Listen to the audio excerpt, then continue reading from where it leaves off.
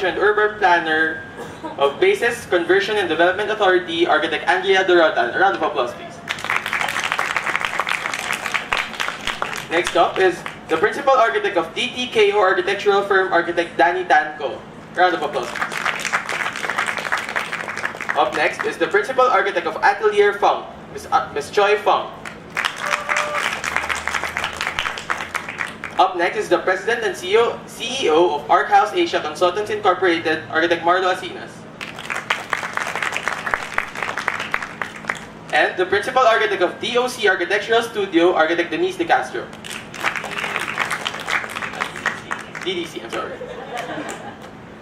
And today we're gonna have the moderator of this panel is President of Icon Architecture Philippines, Architect Gabriel Limgenco. Hello. Thank you for being here, especially since it's actually lunchtime. But mabubusog tayo sa ideas instead. Well, I'd like to add, of course, our panel has been introduced. But I do have a few notes, additional information for each. First, Architect Andrea Dorotan, we call her AK. She's an architect and urban planner for the Basis Conversion and Development Authority. She has drafted 7 key performance indicators of Clark Green City. Very busy on that side. We have Architect Danny Tanco, who is the principal of DTKO, as mentioned earlier, and their company, they provide full architectural services and construction as well. Is that correct? Not anymore. Just design. All right. Many moves, but anyway. And we also have Architect Choie Funk, who is on top of being the principal designer in Atelier Funk Architecture. She's also the associate dean of De La Salle CSB School of Design and Arts. She's also very much involved in the UAP, as she is a member of the ORCOM for the NAPCON. And next we have Architect Denise de Castro. And as mentioned also earlier, she's the principal architect of DDC Architecture Design Studio. And their firm is actually really very multidisciplinary. They do, of course, architecture design, interior design, furniture design, branding consultancy, and I might have missed others because they're kind of packed with services offered. And Architect Marlo Asinas, although I just met him earlier from Arc House. Okay, I missed one person. Hello. Yes, I think at this point I'll ask you to introduce yourself. My name is Jiyoon Park from South Korea, and I'm working at Senma in Japan. What else? What should I say? It's glad to be here. Thank you. All right. So to get the ball rolling,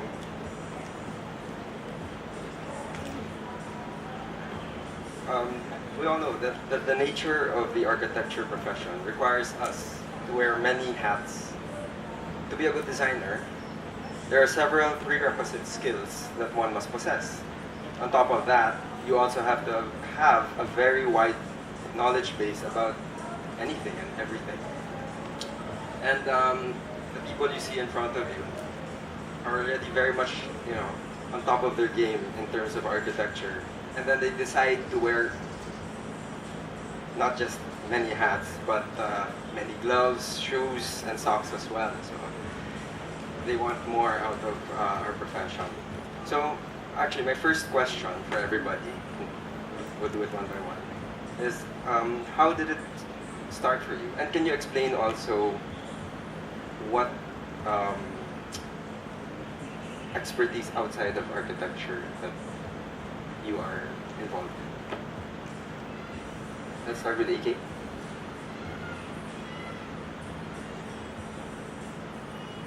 Hello. Good afternoon, everyone. So thank you for being here. I know you should be taking your lunch. So how did it start for me? So basically, I was working in an architectural firm. I was doing designs, and I realized I wanted to specialize in green architecture. So that's why I did my master's concentrating in sustainable design. And so in my graduate studies, I looked into energy modeling, how do you design net zero, all the technologies, all the necessary knowledge to design a green and sustainable building.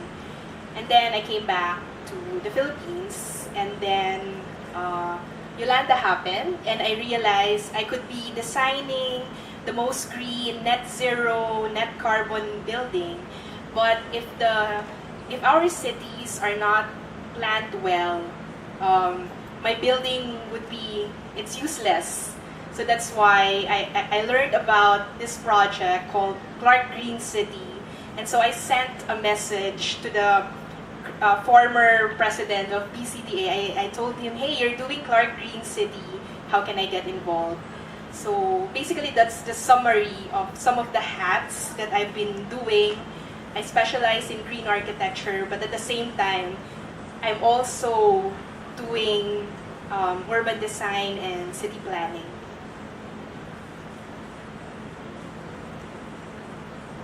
Okay, for me, having gone to a school that was very conceptual in our thinking and teaching, my first experience of entering certain multidisciplinary design was an experience at IDEO in San Francisco.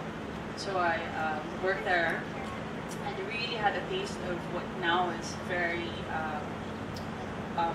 trending design thinking, right? So having come from Harvard going to IDEO, we started learning about how really people use and experience places, things, and create experience based on that. And that was a clear departure on where I had come from. And then when you start looking really at users and looking at the scale of things at that level, you have an appreciation of really how design can affect everyone, and from one person to a family to a community and to a country, basically. But you really have to begin with a user. And so that then started influencing my interest in interiors from architecture, and then furniture and architecture, and then master planning and architecture. So our approach really in our firm is looking at everything from the macro to the micro, and vice versa, from the micro to the macro, and making sure that it all really is integrated, but always based on the user, and how we can really leverage the understanding of people's experiences, and how we can also influence them, their new experiences based on the knowledge that we've observed and that we can impart through our design. So that's how our firm has evolved, and I think that's the way that really our practice will grow. So we take projects big and small, and hopefully we can integrate along the way.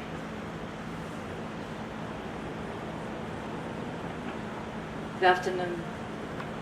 I am basically an architect and trained as one, but I had a very late start because I was born at a time and educated at a time when women, when they take architecture, were pretty much given the choice between family and career, and I chose family. So I left that out of a calling for the family, but then I felt it was like it always stayed inside of me. And so in all my experiences of travel, of everything that I have been called to, like I'm very much into community building. I'm very much into leadership things, working with other people. I just found myself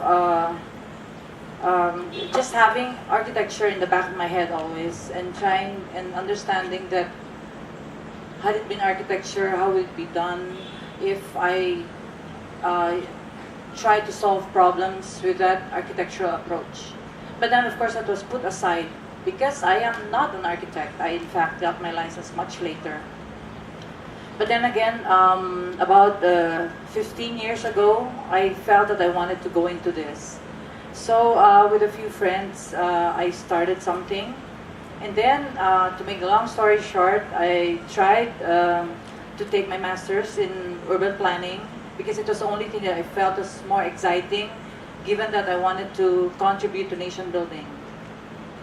But I was called to teach also, and the school needed for me to finish everything in a year. So because of this, I had to look for master's studies that would give me my degree in a year. So I left for Barcelona, and I just came back not even a year ago, and I studied advanced architecture. Now when I think about it, it was everything that I have learned in these years that I didn't practice architecture, then eventually went into it. And it's a transversal way of doing things. Like we are at the time when, I don't know if it will come later, when I will be able to talk about the third industrial revolution that we find ourselves in, where the command central is communication and technology. I just felt myself being brought to architecture that is multidisciplinary, multi-scalar, and human-centered. So coming back here, as I said just last September, my friends asked me, so what will you do when you go back to the Philippines? I said I will cut my head off. Forget everything, but I know it's right there. Dive with my people and try to see how, looking together, we can rise together and solve problems. And for this, I'm very open to collaboration and working with other architects, but also other fields, other disciplines.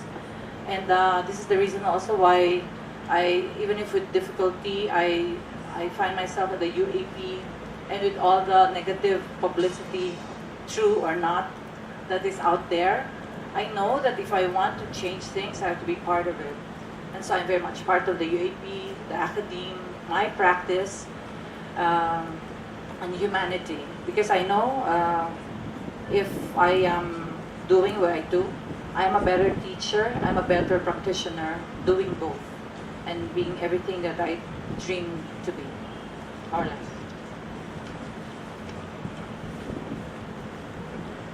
Okay, I'm Marlo Asinas. I graduated architecture in University of Santa Tomas. And right after graduation, my father threw me to the Bible. And during my stay there, 2 years stay there, I collaborated with different architects, designers, developers, etc. So I enjoyed my stay in Dubai because it was the boom of Dubai during that time. A lot of new designs are around the place, and we were working on a master plan, and there's a lot of opportunity for multi-discipline in designs. So I was actually enjoying that time. And then right after the project is done, my father called me up and he said, "Come back here, work with me, and operate the whole office." So that's a whole new ball game for you. I was trained to design. My father mentored me in designing and discarding. Yan ang kailangan matutunan ng lahat. So, okay.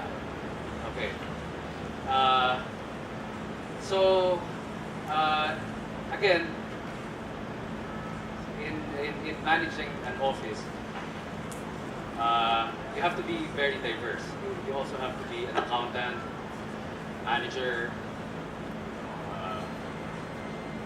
psychologist sometimes, and that's where I became diverse. I had a lot of failure in operations and other mga trabaho na kailangan gawin in operations. I learned a lot of things during that time, but we were able to make a system that really works because of our faith. So right now, we came up with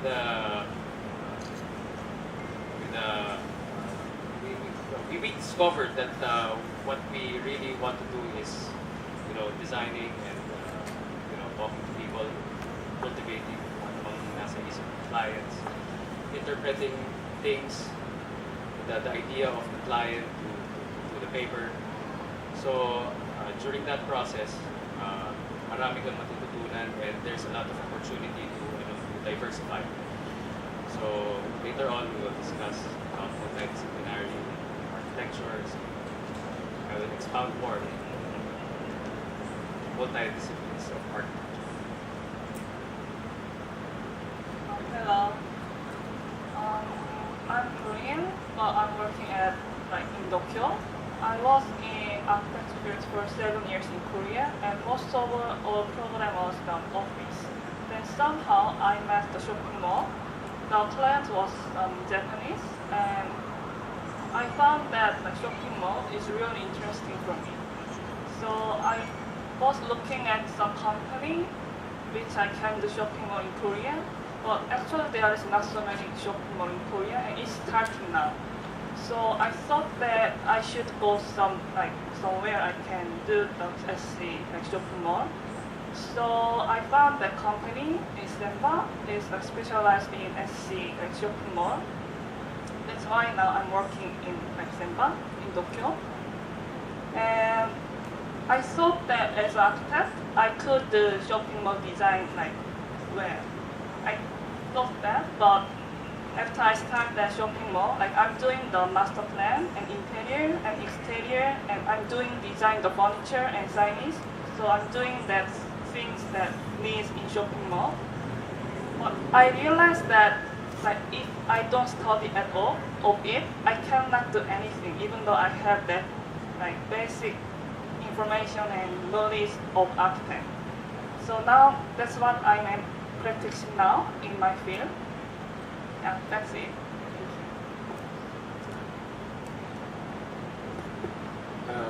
Good afternoon. When I graduated from UP College of Architecture. Immediately after graduation, I worked at JCLA, Seychelles and Associates. At that time, architecture practice, there is a boom for the architecture practice. So every day we have a busy day at the office. There are so many projects. But 2 years after, there is the economic crisis. So we experienced it. That's the time when I think most of you have never heard of it now, because the boom now is has been for a long time. That time, most of my colleagues, most of those offices, either there are many layoff, or most of the people, if they don't plan layoff, the company will give you an option. It's either each of you work MWF or TTHS, you have to share the slot. So after the crisis, I work as an associate architect at the Architecture Network. I was assigned to do all the McDonald's accounts, and during those times, we have to.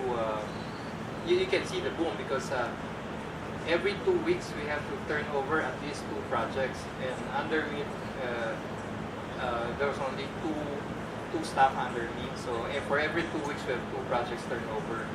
So when I started out my own practice, of course, typical of any small firm, we accept any projects, all kinds of projects.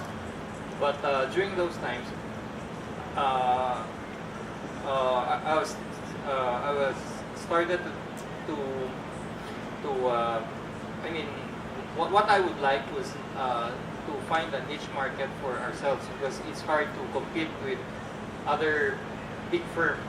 So how can you find a niche market? So for us, luckily, first we got to those houses in posh subdivisions. We have our own specialty. We give the clients because if you notice, if you go to those subdivisions, most of the time you can identify which styles are for whose architect like that. But ours, we just whatever style the client wants, we provide, and we make sure that it's still good after how many years down the line. Another thing we specialize into is corporate headquarters and also commercial buildings, those strip malls, and townhouse design. And due to this specialization, I was able to branch off several business. Actually, it was more mundane. Like, because we're doing those corporate headquarters, I get to meet a lot of businessmen doing different types of business, and due to that, I was able to venture out into different business also. Like I did some for a chain retail store. So from there, I was able to develop another businesses. So now we are also supplying the those DIY interior decorative materials. We supply to Japan Home, Ace Hardware, Handyman, and To Value. Since we and also since we're doing some the corporate retail, we develop our own firm, which is we specialize in. Since many of our clients are also those strip mall, then we started to acquire some properties ourselves, doing the same thing but on a smaller scale. For the townhouse naman, since we have been designing for many years for clients and we know the ins and outs of those townhouses, we venture into the townhouse business ourselves. Since we're doing when you do the corporate headquarters, you usually do their warehouses, those other facilities also. And from there, we ventured into as a distributor of some food business also. So actually, our firm is more mundane. It's born out of a need for the client since they need a nice house. It started from there, and from the nice house, and then they want to have their own corporate headquarters to further advance their business, and from there, yeah, it's born out of the need of the client and our own need because we're looking for ways. Because if you look at most architectural firms, many of those they have the new generation in line. They have their kids, like the ones I worked before in JCLA. All their kids are big enough to follow their footsteps to take over the business. But in my case, it's different because my kids are still small. That's why I need to venture out into other business. Thank you. Well, from the initial stories that you've given us, and I sort of got to divide the group into two. We have some who really took an introspective view of design and really, focused on what more we can get out of it. And then we found a way to diversify the practice. In particular, that happened for AK, Denise, and Jiyoon. But for the others, it was almost organic, wherein one thing would lead to another. So, from your own personal experience, would you think that doing one way or the other was advantageous, or were there challenges that you had to, that came along your way, or you were able to really diversify the way you practice architecture? One can grab the mic first, or we can do it this way also.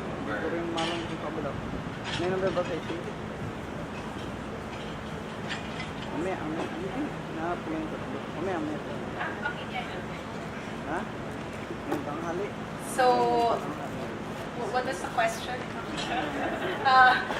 Challenge, was it a challenge or organic or? In your case, AK, parang you focused on how you can develop the way you design and practice architecture, which is what led you to thinking, maybe I would want to get into green architecture, and I would want to specialize in urban planning and all of these things. So, what basically it's to expound on your experience, whether it became like, was the road tough, or because you had direction, was it easy for you? I think it's not easy.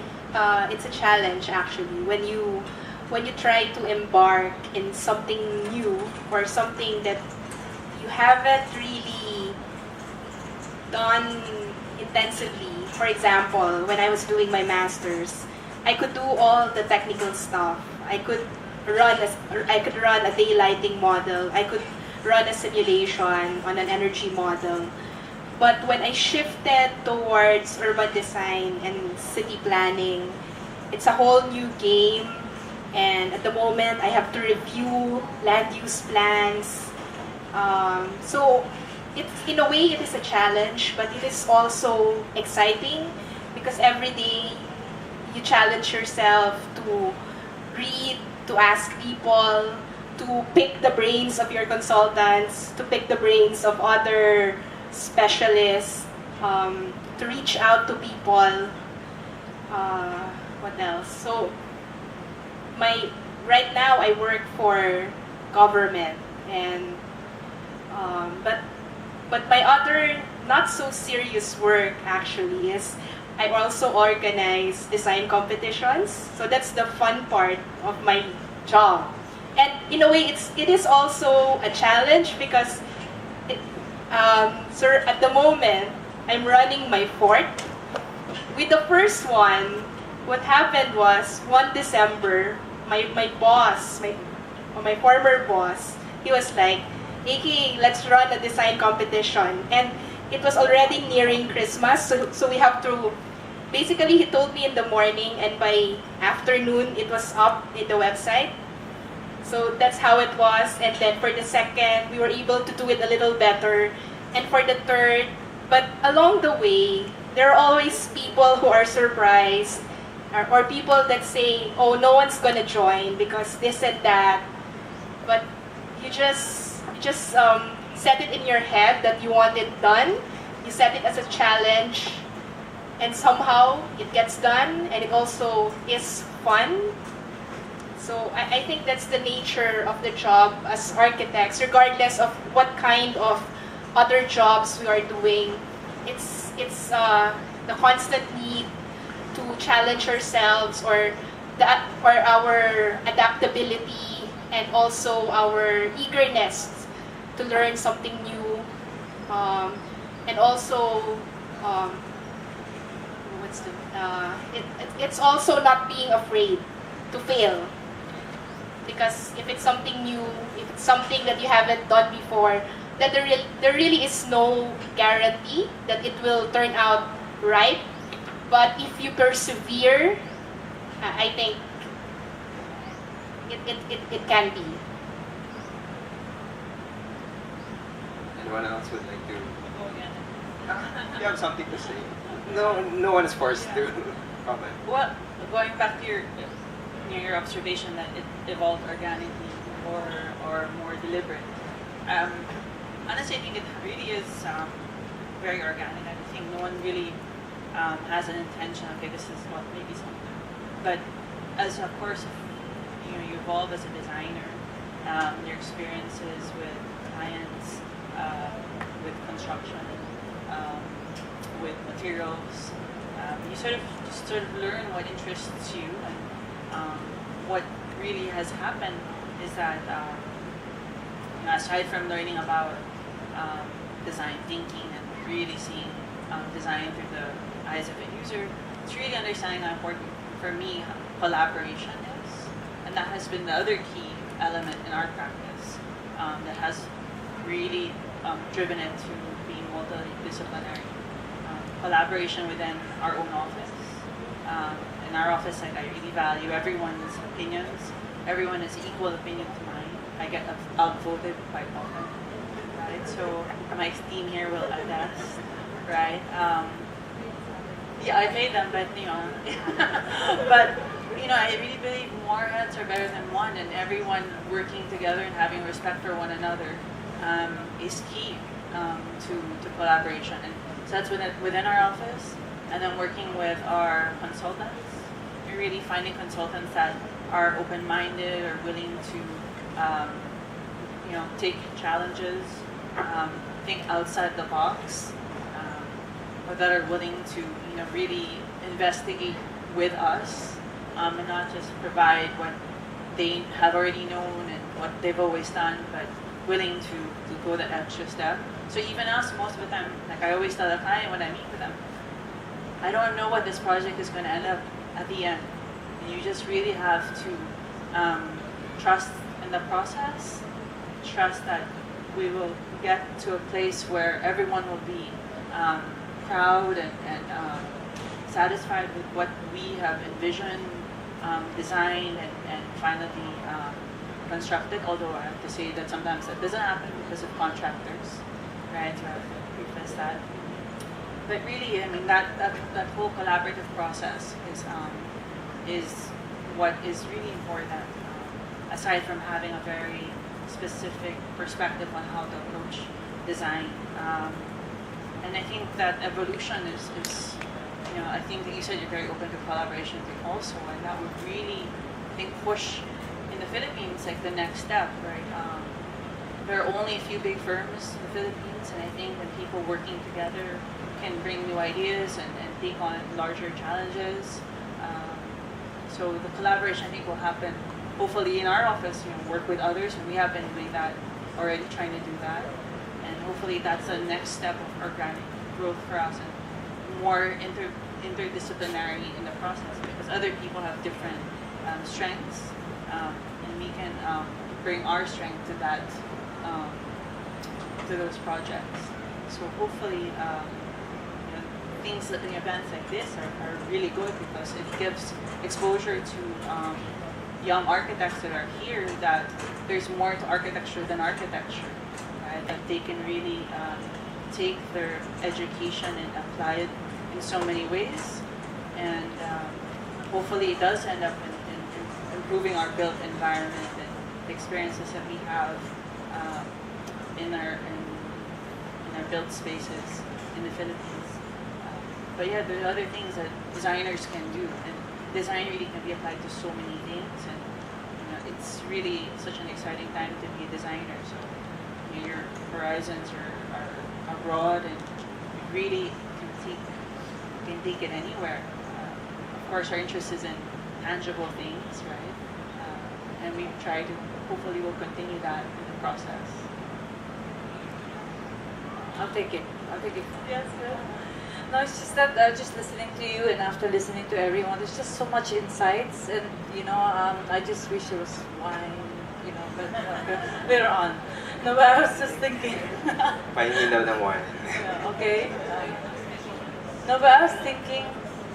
I think the reason we collaborate is because we have accepted that we cannot do everything, and there's just so much to do. So I like the fact that we are here to respond to the needs that are presented to us by situation and the fact that we see it, we are able to identify it, doesn't end. It should end there. We should be able to find solutions, and as designers, yeah, we're innovative, and the more inclusive we are of other people, the more open our hearts get to be, and then we maybe it is for this reason that I stayed in the academy. I would like to, yeah, open myself up to that world out there. And I think it's easier when we think of being open ourselves, and that any solution that we find, this should be open-ended. I read a lot and I observe a lot. I try to read patterns and watch people and find in that in these activities really a way to.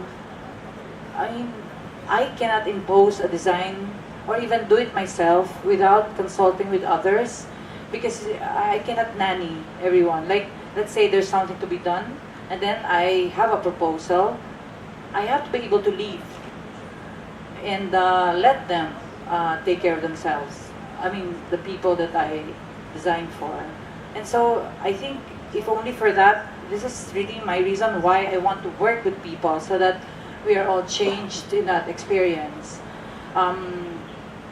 I always have a lot of ideas, and sometimes I have to practice restraint, because if it's not needed, but of course I go into a lot of explorations, and this is the thing that this is the reason why I like to be in school. There was one time observing Manila, I wrote something. It's always a source of frustration and inspiration for me.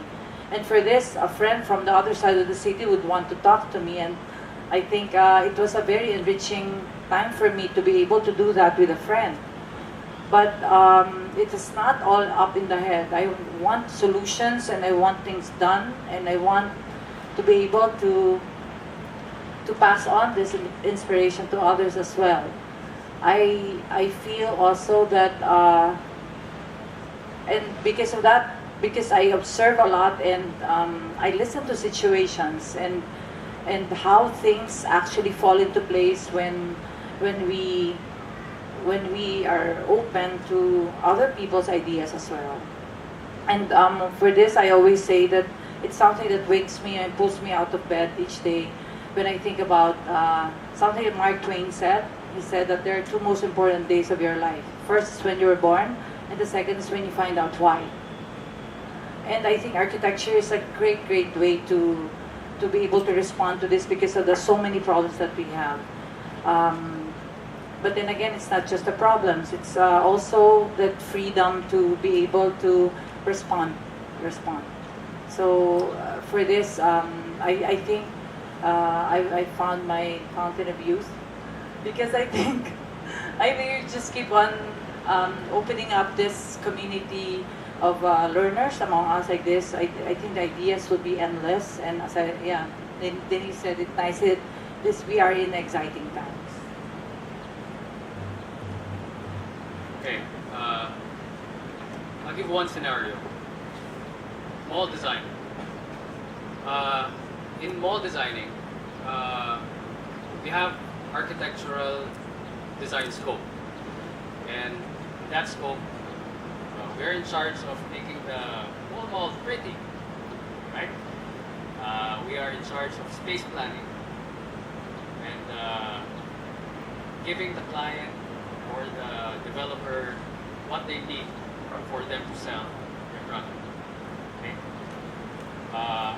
Aside from architecture scope, of course, a mall needs an interior design. So when you have a project like a mall, definitely you'll have a touch of that part of the design, the interior design. So it automatically becomes an added scope. Therefore, it's again going back to the main topic, multidisciplinary. So you'll have different types of scope to play around with. One example is that interior design. Another is landscape. Of course, meron landscape then around the building. So you'll have an opportunity to collaborate, to design, to give your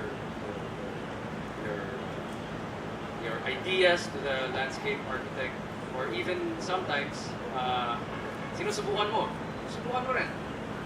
You try to design that part of the scope. And with that, our organization grew. Then we discovered that in our group, we have interior designers that work with us, that help us, design our interior designs. And landscape architects who helped us, lumiskante sa whole design. Another one is EGD, Environmental Graphic Design. So again, you have an opportunity to really touch on that other areas in design. So again, you collaborate with people, you talk to people. That's the main opportunity for being diversified. You have to be diversified. Another thing is engineering consultancy. You have to know a lot of things about the structure. Lahat ng kilikili ng building dapat. In my practice, hindi kami manloloko ng engineer na yung span ng column to column is too far and can't design that. No. I want it to be this long and I want it to be, slender. You challenge people. So, again, you have to know something about engineering, structural engineering. Computations, you have to know everything about it. So, with that, again, you have to be sometimes an engineer who actually, make your building work and make your structure safe. So, yeah, that's stuff.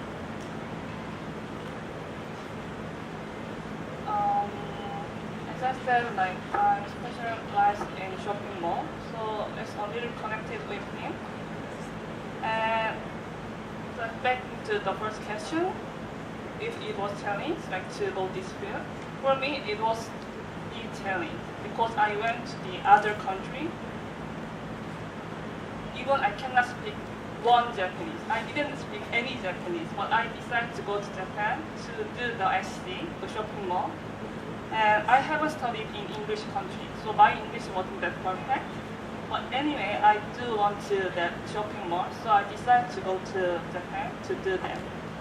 And actually, when I decided to go to Japan, to Senban, I expect that I'm gonna do the master plan of shopping mall, and I'm going to design the building of architecture. And to be honest, I didn't expect I'm gonna do interior and furniture design and signage design at all. But I did challenge and unexpected situation is coming. I have to do interior design and furniture design and signage design because it's one part of shopping mall. As an architect, we have to think about that space. We cannot just avoid to think about that space. So yeah, I would say it was the challenge for me. And I said that we are doing the interior and signage, furniture, design, all of things. So it's, I think, different from what he said. But even though we did that design, all of the items, we do collaborate with the other guys. As I said, we have to cooperate with mechanical or engineering and structural engineering and so on. So even though we do that design by ourselves, architect cannot be alone. We have to cooperate with somebody. Yeah. Thank you.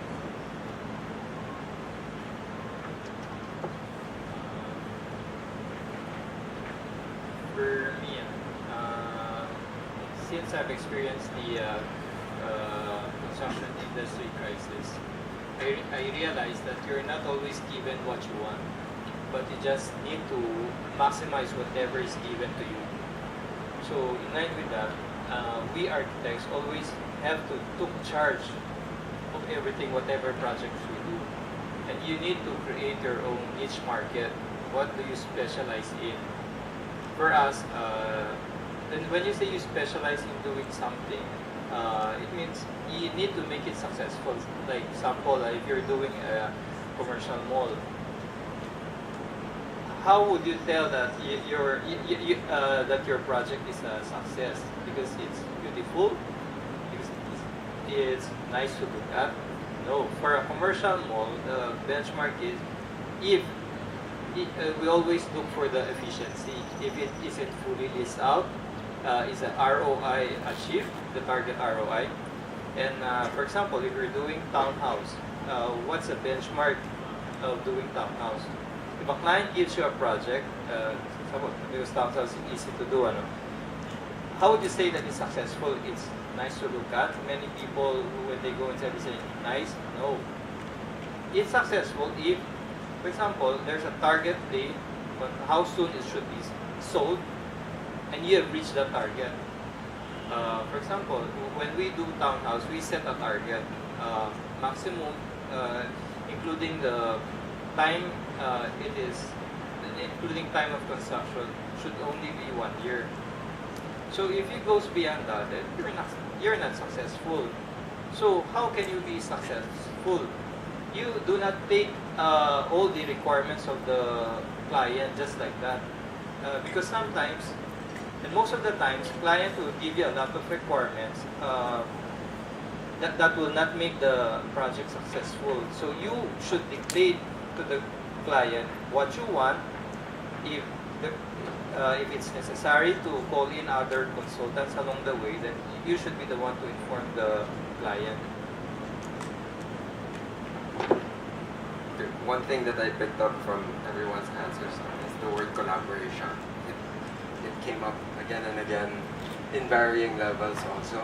There's within our own offices, and then collaboration with other professionals as well. And well, it's, of course we all have different practices, but it seems to be always there. So in connection to this whole idea of collaboration, when we do extend ourselves, because we are multi-skilled, we're not only just architects, we have to be experts in other things. And we end up bumping against others. How do you work around these situations? Let's say with other professionals, interior designers, and as much as we want to work together, there will be times wherein they will feel like we are encroaching already in their scope, or vice versa. Any experiences that you can discuss or talk about? I'll break the usual. I totally feel about that. So what I do, like whenever I enter into a contract, the lines should be clear right from the beginning. However, okay, the lines should be clear, but then I have to know my responsibilities as much as I do the others. But I have to be able to do my job well and have a full understanding of the whole situation, even to the point that I have to have an opinion about what is expected of the other parties also involved, meaning the client and the other allied services and the engineers like this. But I've seen in many of the projects that I've had, it's also like approaching it. So the first step for me is like, if it is discussed, I mean, if we can talk about it, then part of the problem is solved already. if there's a problem, I have to be able to communicate immediately so that we can find a solution together. Now, if the problem is actually maybe, like you have two good solutions to the same problem, it's more discussions. So not to be afraid to disagree, to respect, to be able to know how to listen to the other person and find the solution that would be best for the client, all things considered. The budget, the materials, the way of doing it, dealing with faulty contractors or faulty workers. Let us talk about it, to my mind. And then one thing also that's maybe my last ditch thing also is like empathy. It's a great word. It's like knowing how the others would feel also even with my own idea. It's possible if we are able to line up, the priority of the things that we need to do, and we agree about that, and then I understand where they're coming from. I feel I've solved most of the problems already, and I've never met a situation where the problems, if discussed, is not solved. But I had one particular thing, just once, a negative experience that I had, to learn how to cut and walk away. I have walked away. In the beginning, what made me decide is that I didn't want to get sick over this, or because of the stress that it was causing me. I've tried to do everything that I could, but really it wasn't. So I just walked away, and in time, the wounds are healed.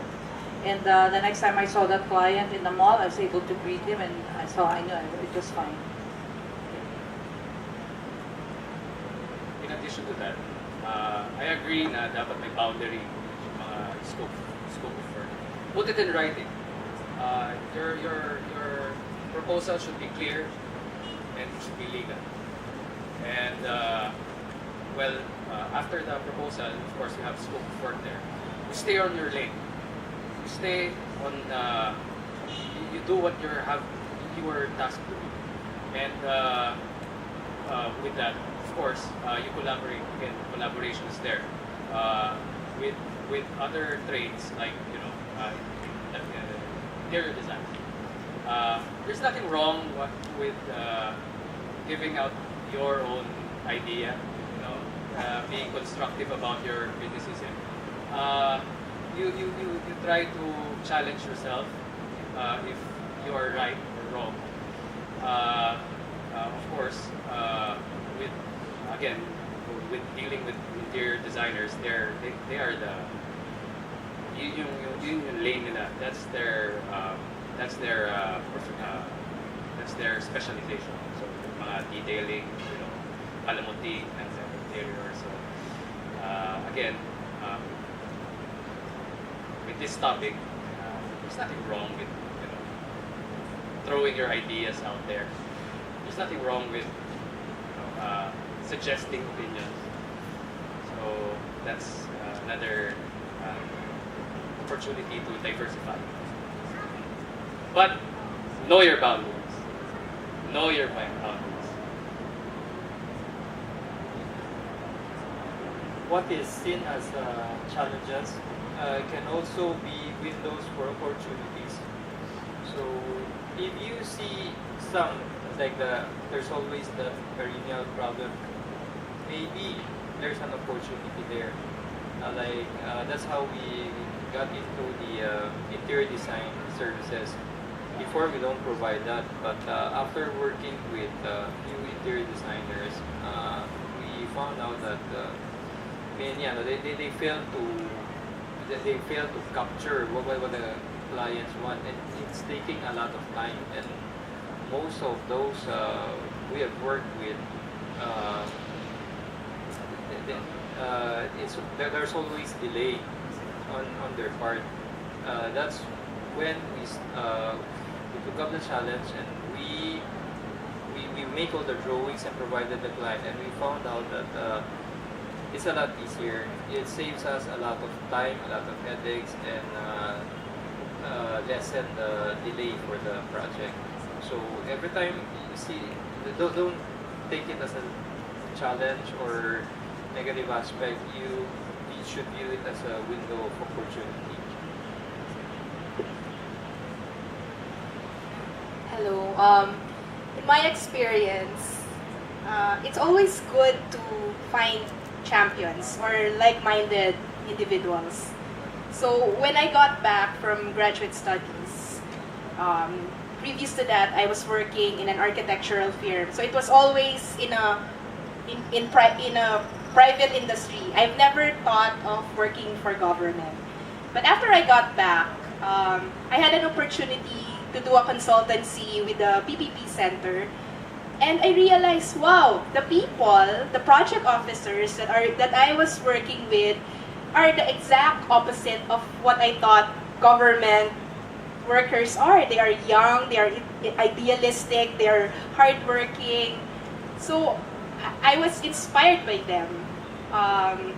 So I guess let me just share something that happened over the weekend, over maybe a few glasses of mojito. So I was having mojitos with my colleagues, and we were discussing, I was trying to advocate for affordable housing in our developments. And so we were having arguments, more of like a semi-drunk argument, but you know, those topics are the interesting topics, right? When you don't have your inhibitions. And I think I was telling my colleague, you know, what's the point in working for government if you cannot advocate for innovative changes? I mean, our government is not perfect. The people in it are not perfect. But every once in a while, you find like-minded officials or like-minded persons in government, and you just have to work with them. You have to work together to get some results done. So it's a dash of optimism, maybe a little bit of skepticism, but it's always finding the people that you can convince, or finding people that are also in the same mindset as you, so that you can work together. It sounds corny, but you can work together towards nation building.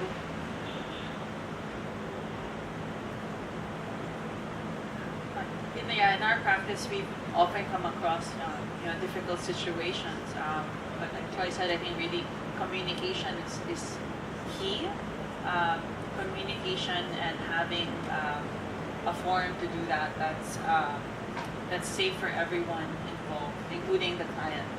I feel like the client sometimes also gets, it's not just between the different people, consultants or other designers who brought into a project, but the client also is the one that sometimes needs to be educated, right? They need to know that this is what we've been tasked to do, what they've asked someone else to do, what their expectation is of us, and what their expectation is of other people. So sometimes it starts from there, and then that they take the lead and then give direction to everyone else. And so communicating from the top down is really key. And even when we get to a construction site, you'll find that the workers are taking instruction from people you don't even know, right? There's just so even there that has to be communicated all the way down to them. So communication is really essential. And another thing I think they were talking about in the panel before is ethics. Right? You really have to have people with good ethics, whether they're your consultants, they're on your team, or with even again with the client as well. And everyone has to have ownership and responsibility of what the role is. So at least really with all these things, with communication, with ethics and responsibility, you can really successfully start and complete projects. I think if you ever run into any issues, those are, I think, the key things to how to approach it. In my experience, because I'm like designer, but I'm also doing the coordinate with like handling Korean clients. Then really agree with all of you guys. The communication is really important and ethics is really important. But in my case, because Japan and Korea, so it's different country has different culture, and sometimes a lot of things is comes from the problem. It comes from that different culture. So I need to understand the clients. We have different culture, and it really helps to persuade and understanding with clients. So that's, I think, one of the key. I'd like to also share something from my own professional experience, and it comes from the comment that we have to communicate well and set expectations. You know, when I was younger, I found myself doing a lot of construction work because it was also organic for me. Things led from one thing to another, and for one thing, we ourselves as professionals have to really understand what we're trying to do and where our scope starts and ends. Because back then, whatever our clients would say, as long as we could do it, we'd say, okay, sure, I'll do that. Okay, why not? You know, architect, can you be the one to do the interior design? Oh, sure, we'll do that. Can you be the one to manage the constructions? Right? And we're thinking that because it's related to what we're doing, and we know something about it, that yes, we can. But we also have to be responsible to our clients. We have to learn how to say no. Not assume too much responsibility, because it's not fair to yourself, and it's not fair to your clients as well. Because maybe they're expecting something that you can only deliver halfway. Okay, so of course, as I matured as a professional, as an architect, you realize that the importance of doing things very formally and professionally. So, and unfortunately, these are things that are not really discussed in school. You know, professors tell us that our scope is a range of things, but we really have to master each and every portion if we want to get into that. You know. Okay, so the next thing I'd want to discuss is a little bit off from where we are right now. We also have to remember that as architects, we are also people. So we have our personal lives, and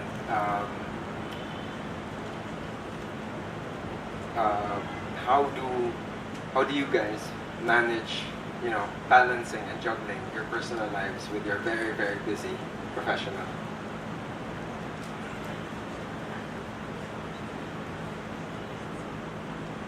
There's no such thing. Okay. Of course, you have to put it in writing. You have to schedule everything. You have to schedule your tasks. In that way, you'll have minimal or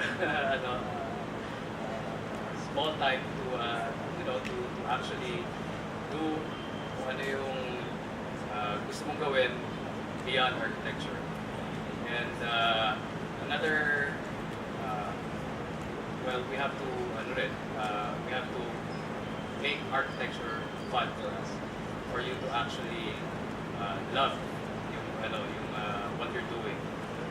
Maybe construction, designing, maybe coordination, detailing, whatever. I think as long as you're having fun, ginagawa mo, I think it's just a breeze, but nag-enjoy ka. And yeah,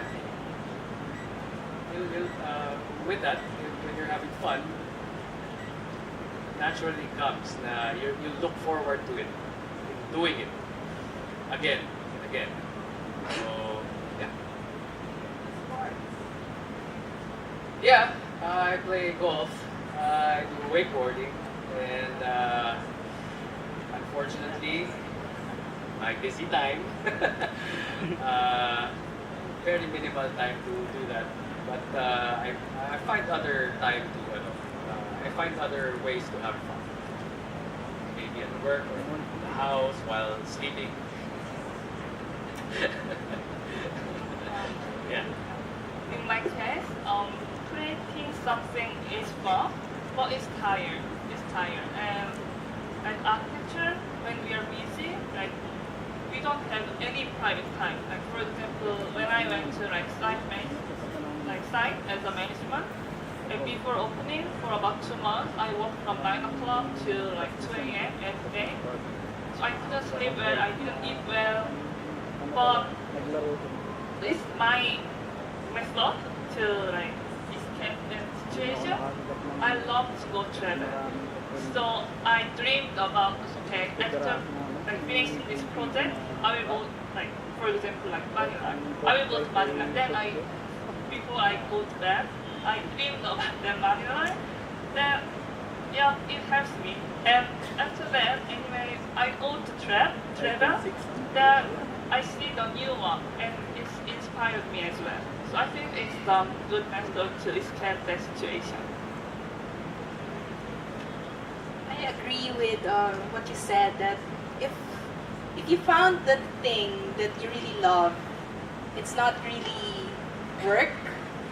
But I guess in my case, at the moment, I don't have a family. So it's all right for me to really work long hours because I don't have, for example, a kid to come home to. So at the moment, I'm enjoying the lifestyle that I'm having. But I also believe in taking small breaks. So for example, in my work, sometimes the work can extend past 9. But I always try to sneak in a little bit of time for exercise. Hindi lang halata. I do work out, I swear. So across my office is a gym, and I mean I would be, let's say I have to work, I have to finish something, but when it's 7:30, I step out of the office for 45 minutes. I work out, I do it more for my health, and then I come back and I resume my work. So, and then what I realize now, when I was a little bit younger, it was okay for me to, let's say, work non-stop. Let's say I work up to 12 and I bring my home to work. But I realize you also have to set boundaries. So now at the moment, when I'm at home, which is very rarely, I don't think or I don't do work. And most of the time during the weekends, if there's nothing really pending, then my weekend is really all about napping.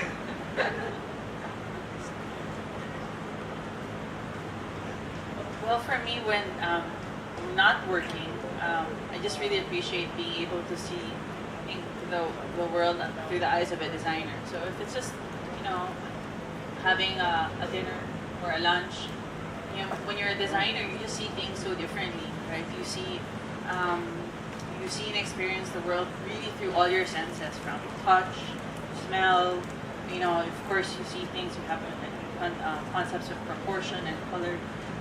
So even just the short times that when I'm not working, those are the things that I think I appreciate in being in this profession, and I think it just contributes to my experience and what I can contribute and share with my team. And really, I think having that outside perspective all the time is so important. It's something that you can bring to clients and share with them and with other people. So just always being aware of my surroundings, right, and being aware of how I experience things, observing, like you said, Choie, it's very important. And just always, all of those things become like references in your mind for projects and for things that you've seen, that you observe. So it just becomes like a repository of information, as well as things that I consume when I'm not working in all those Netflix, but it's on design or on so things still related. So again, things get accumulated. So again, it's just all being part of being a designer, things that you observe, collect, and that you do. I think it's something that once you're in this profession, I think your life choices are sort of all revolve around our profession. Really.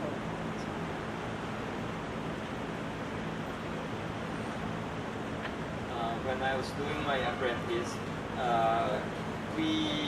there was a compulsory overtime almost every day. Our office starts at 7 a.m.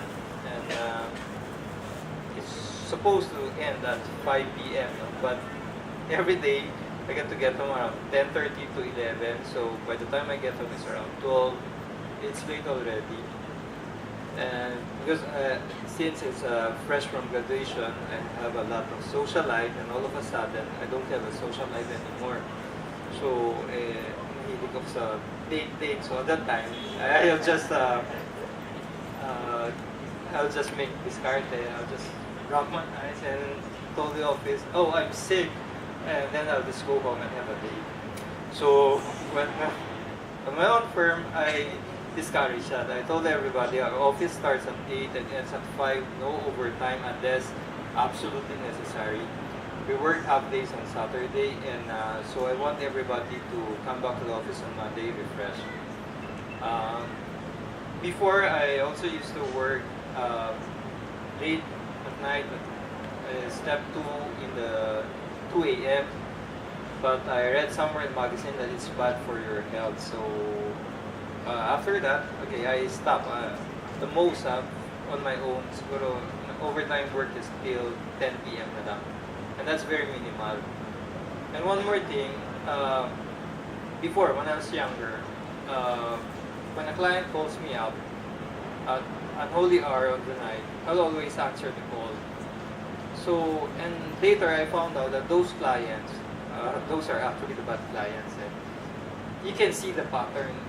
Those who call you up or disturb you after the office hours, they're not good payer clients.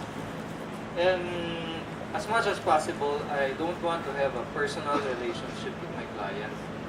Especially those if they invite you out to have lunch or dinner.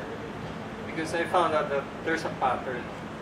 Those clients, in the end, there's always problem with them.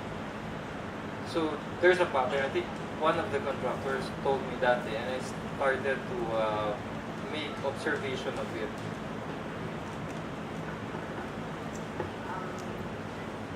Yeah, it's tough to keep a multidisciplinary practice now. And then, yeah, we're human beings, and I get criticized a lot that I'm very busy.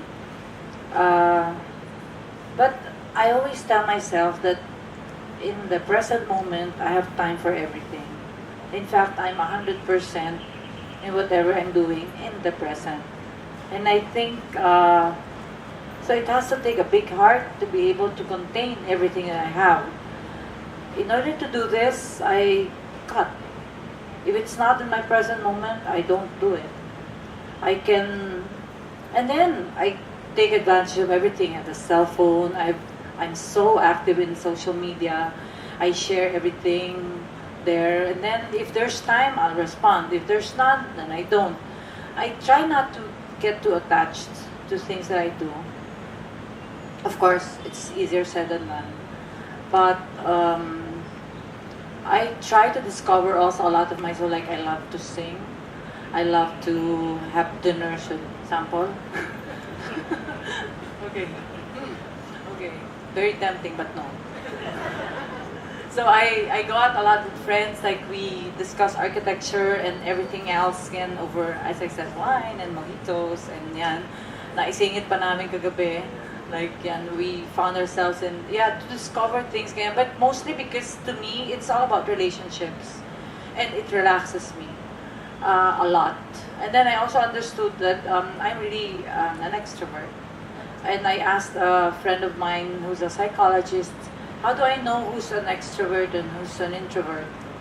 I say that like if at the end of the day, after everything you've done, you're tired, being with people, maybe you're an introvert.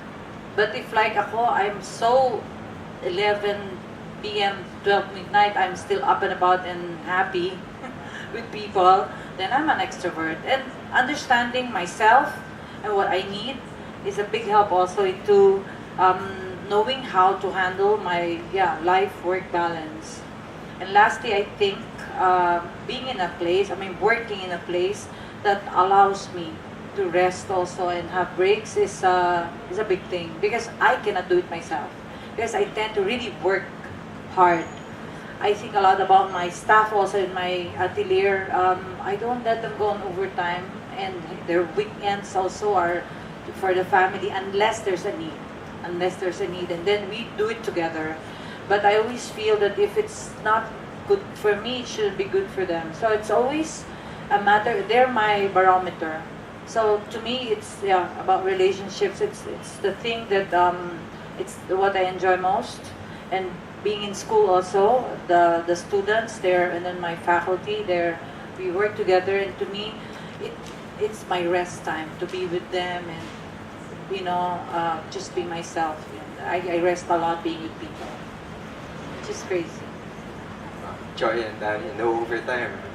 Can I work for you na? Sir, I can't afford you. Okay. Although we were supposed to have 2 hours for our talk, and I'm enjoying this a lot. I also know that we're smack in the middle of lunchtime, so I don't want you guys to get too hungry. I'll just end this discussion with one last Miss Universe type of question. For each of you, what was the big picture? What was the grand goal? What is it that would make you say, yes, I've done it. This is what I want for my life as an architect?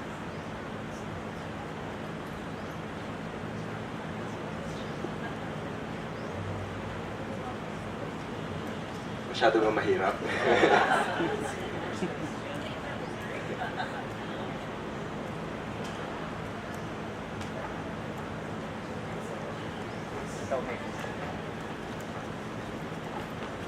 Architecture of dream.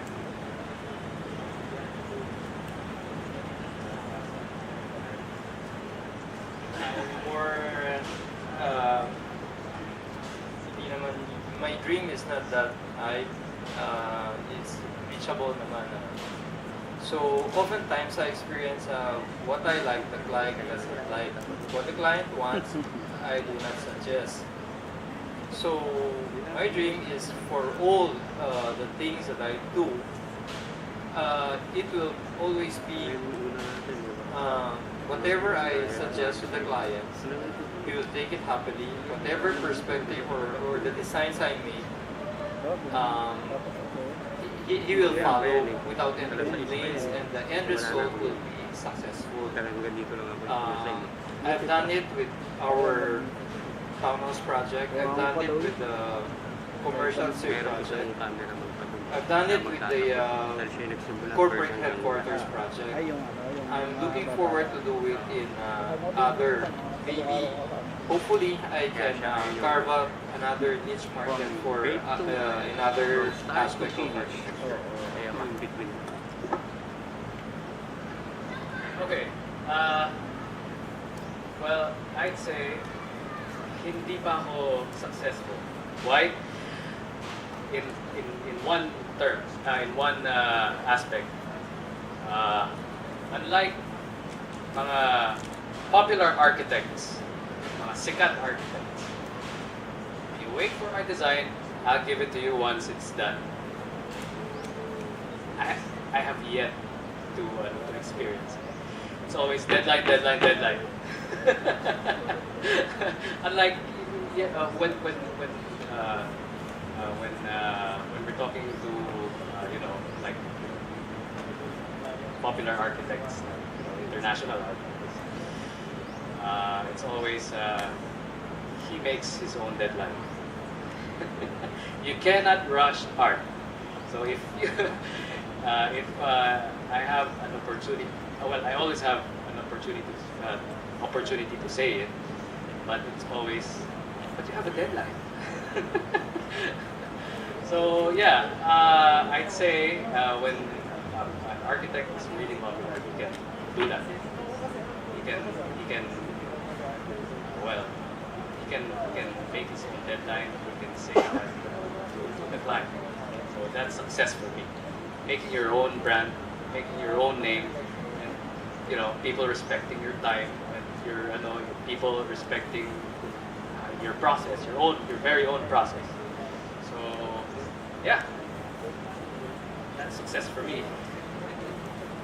Okay, for me, maybe it's really small dream.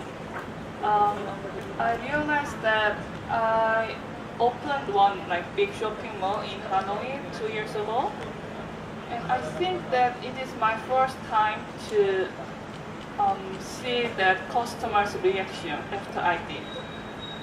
And because I did most of project was the office, and it's hard to see the reaction of the users from the office. But commercial space, like shopping mall, we can get the reaction from the customer directly. And I was really happy that to seeing the customers' happy face. And I was really inspired by them. I can make them happy. I can make hundreds of people be happy. Of course, that giving the client the successful project, building, is important. But for me, make the users be happy. I think that's what I want to be.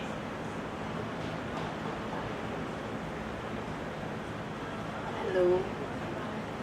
I promised Miggy a maalaala mo kaya type moment. So Choie was she's saying that about the concept of introvert or extrovert, and actually I'm an introvert. I'm very shy. I find it hard to approach people. But lately, this year, I realized ang kapal na mukha ko lately. And actually, I realized I was approaching more. I was reaching out to people. I was being more bold in asking for things. And actually, I pondered upon it very briefly. And it's rooted to the fact what happened to me personally last December. So both my parents are dead. And then my only sister, she died last December. And maalala mo kaya moment, tear. And I realized, why was I left? Bakit ako na lang yung naiwan? And maybe, these answers you can never really get. You can never really get answers from this. But I realized maybe I'm still here to do something, to make a difference. And if the little things that I'm doing, that I'm working with government, it can have an impact, whether big or small, then I'll still do it. And I realized that's why makapal na mukha ko lately.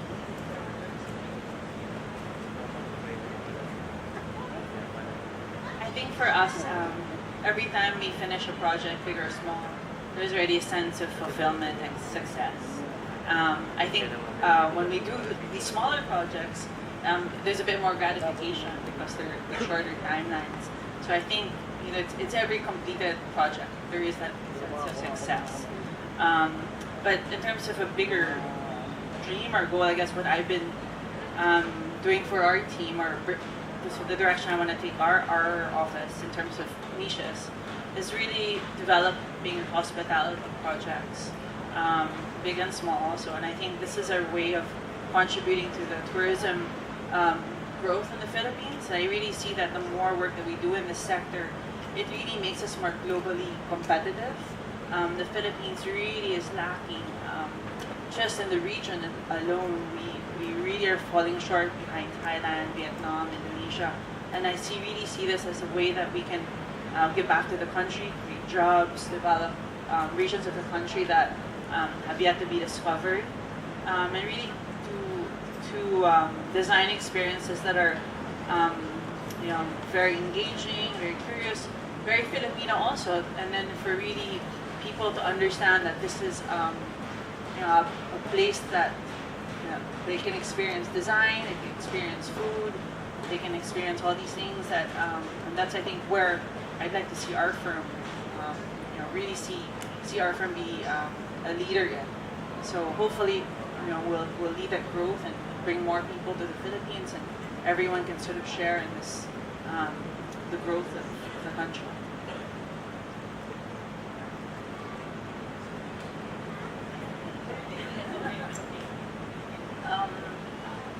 In society, I'd like that people would understand us more as architects. I think they don't know what we do exactly because we can go into everything.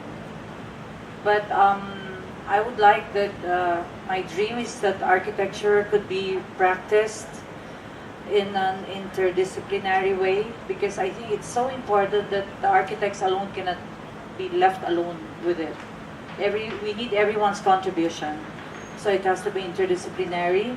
It has to be multi-scalar, from the smallest things to the biggest things, cities building in Mars, and it's happening. There are designs already by Norman Foster.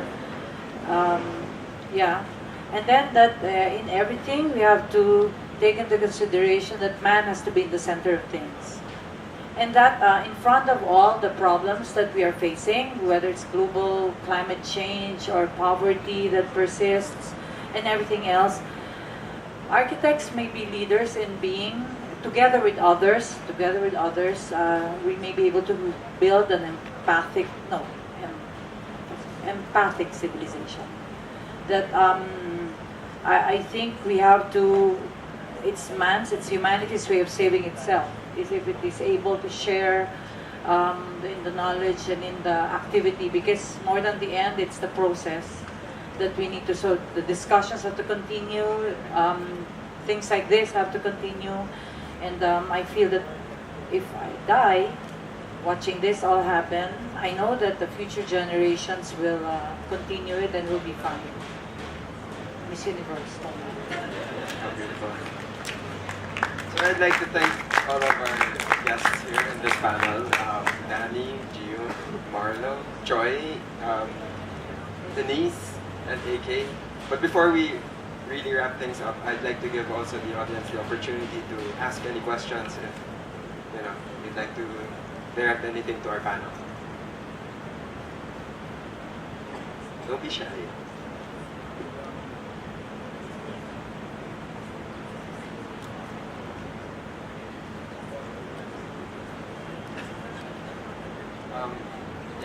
We have a question there. Alright, I'm Justin from National University.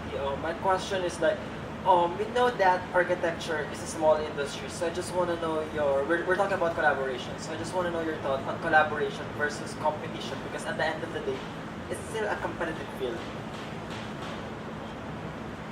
Do you mean with amongst architects? Anyone?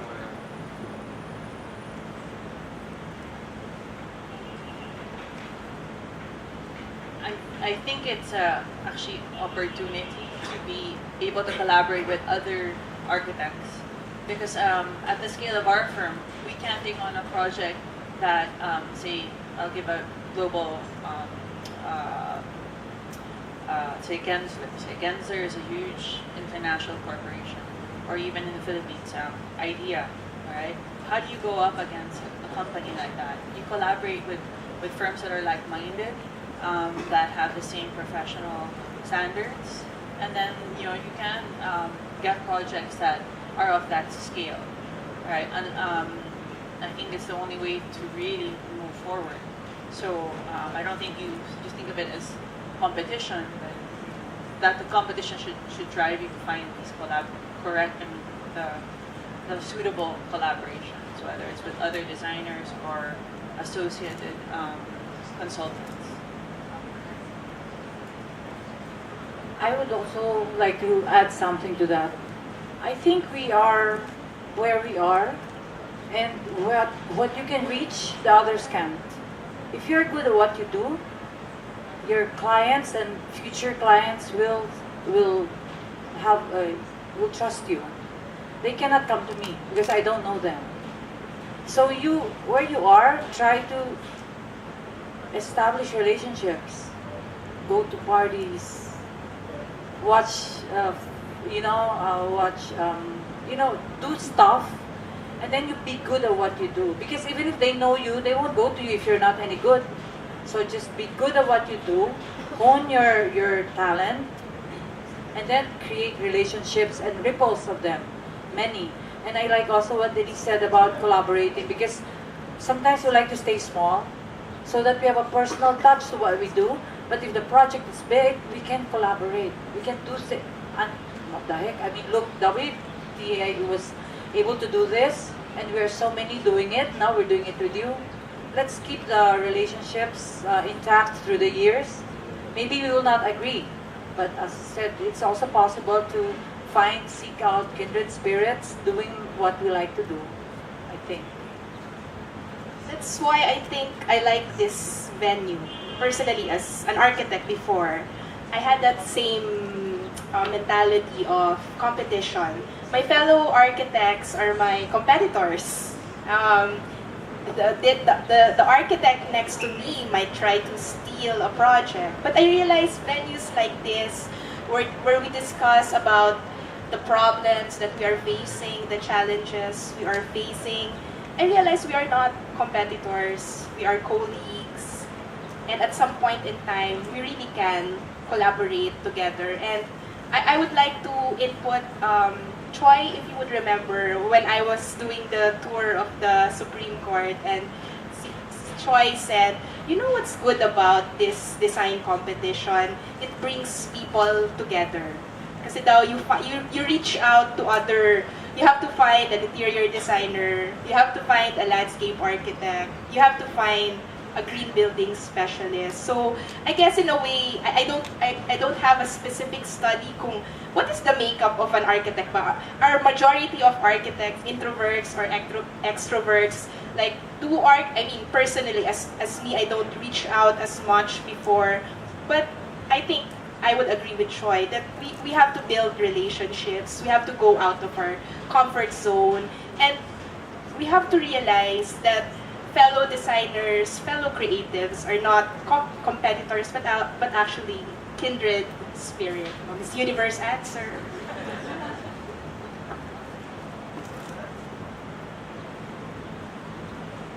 Any other questions from the audience?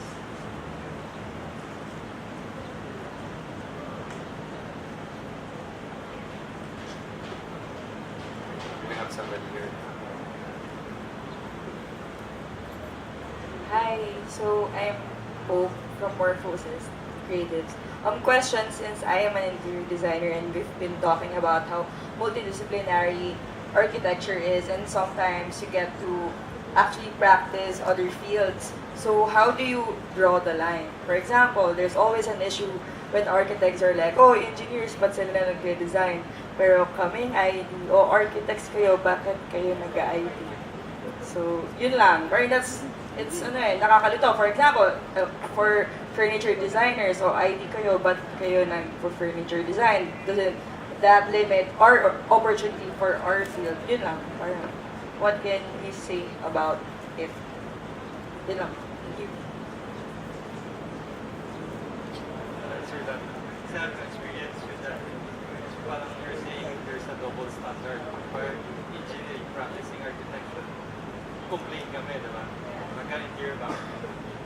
In our firm, before, like what Ed said, whatever the client asks, we accept. Kasi we're young at that time and they have lots of time. But nowadays, we don't accept. So we always suggest and propose to the client that they get the special skills. Like, for example, in interior, you would advise them to hire interior designers.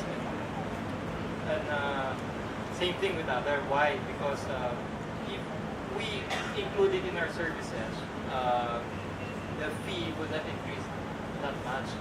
And it's gonna take a lot of time from us. So that's why for us, we would refer or recommend to other interior designers. The only time we took over is after referring several interior designers, and but for some reason or the other, the one we recommend failed to come up with the requirements of the client. That's when we took over. But when we took over, we design those things and we still pass it on to the interior. We do the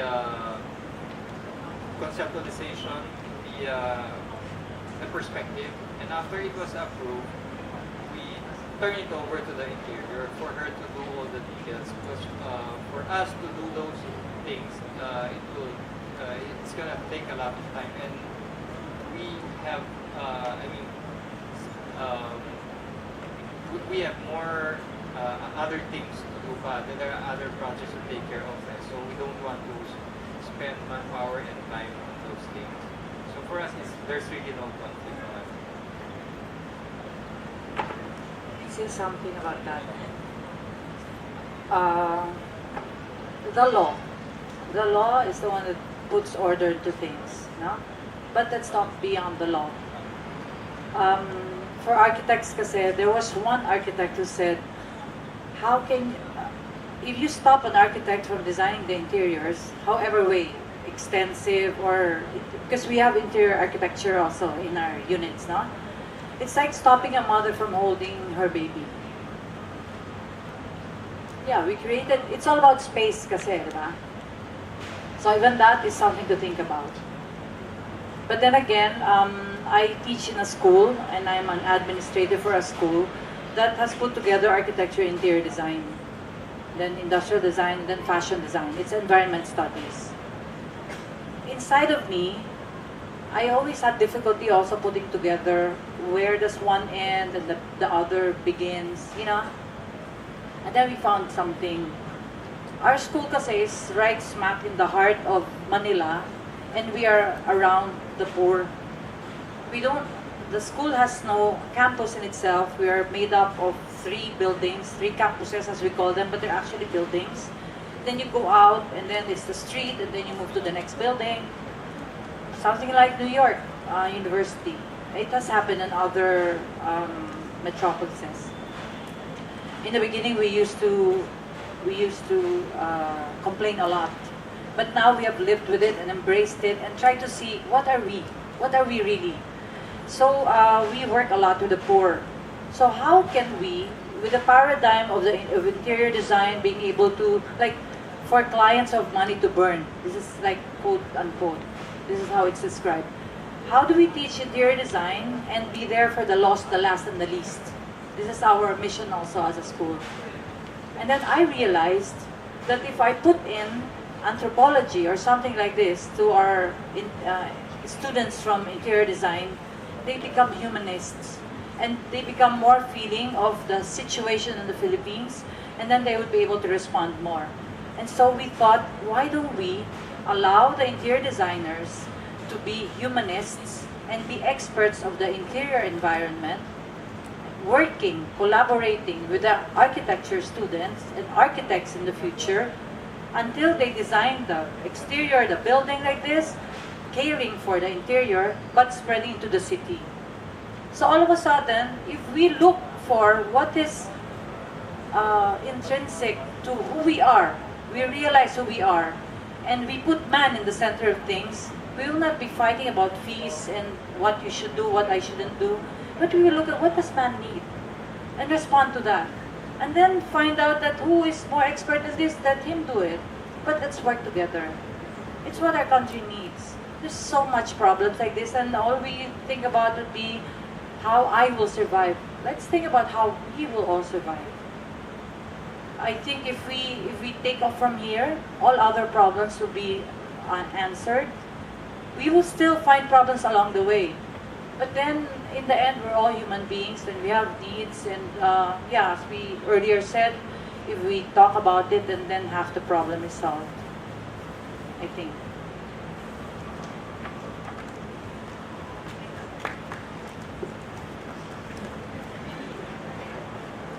So for me, I think design's real power and influence really is appreciated at the human scale.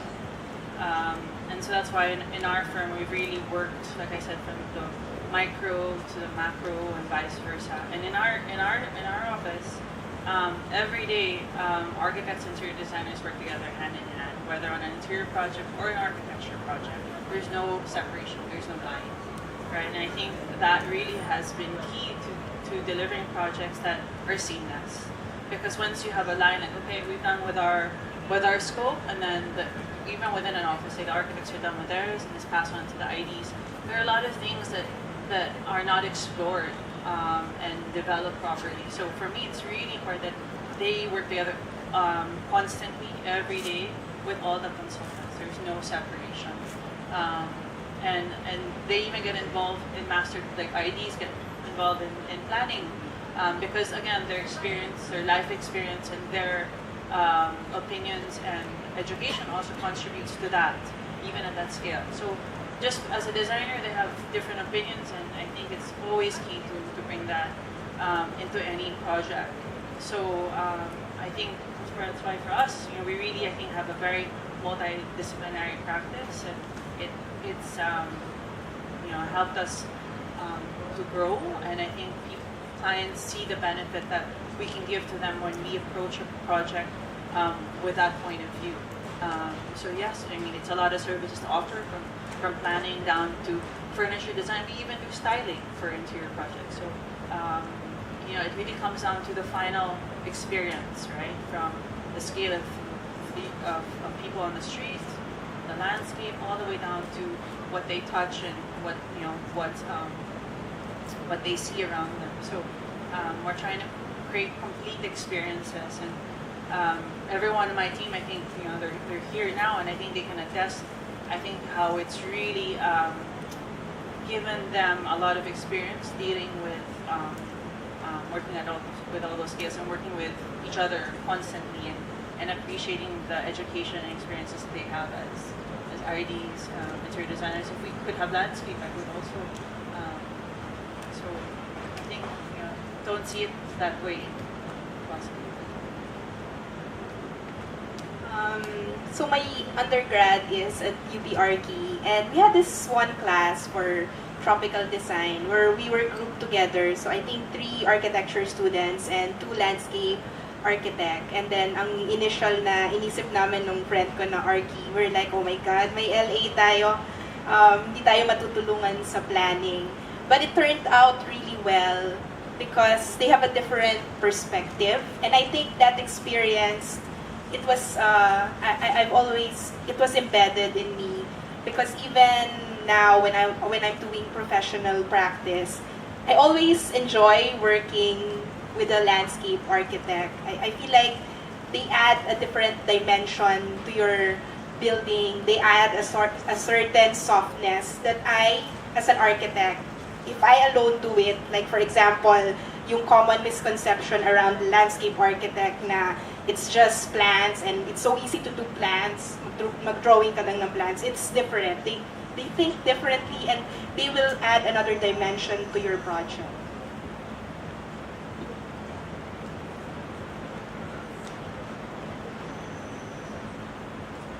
All right.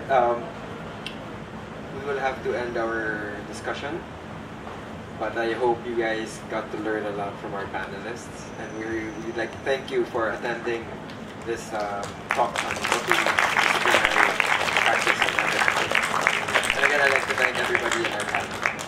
Thank you, and good afternoon.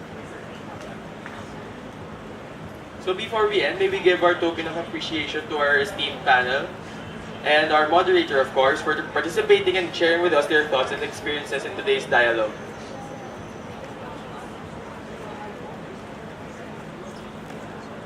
So included in the tote bag is Architecture at 15 from PCI Asia.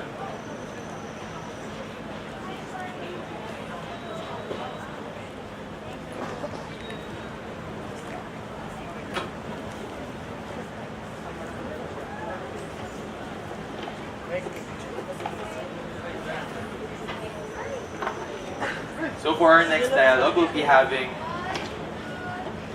Architect Michael Kufua, Architect Hansi Jr., Joel Luna, Architect Patrick Bruce, Architect Kathy Saldan, and Architect Benjamin Mendoza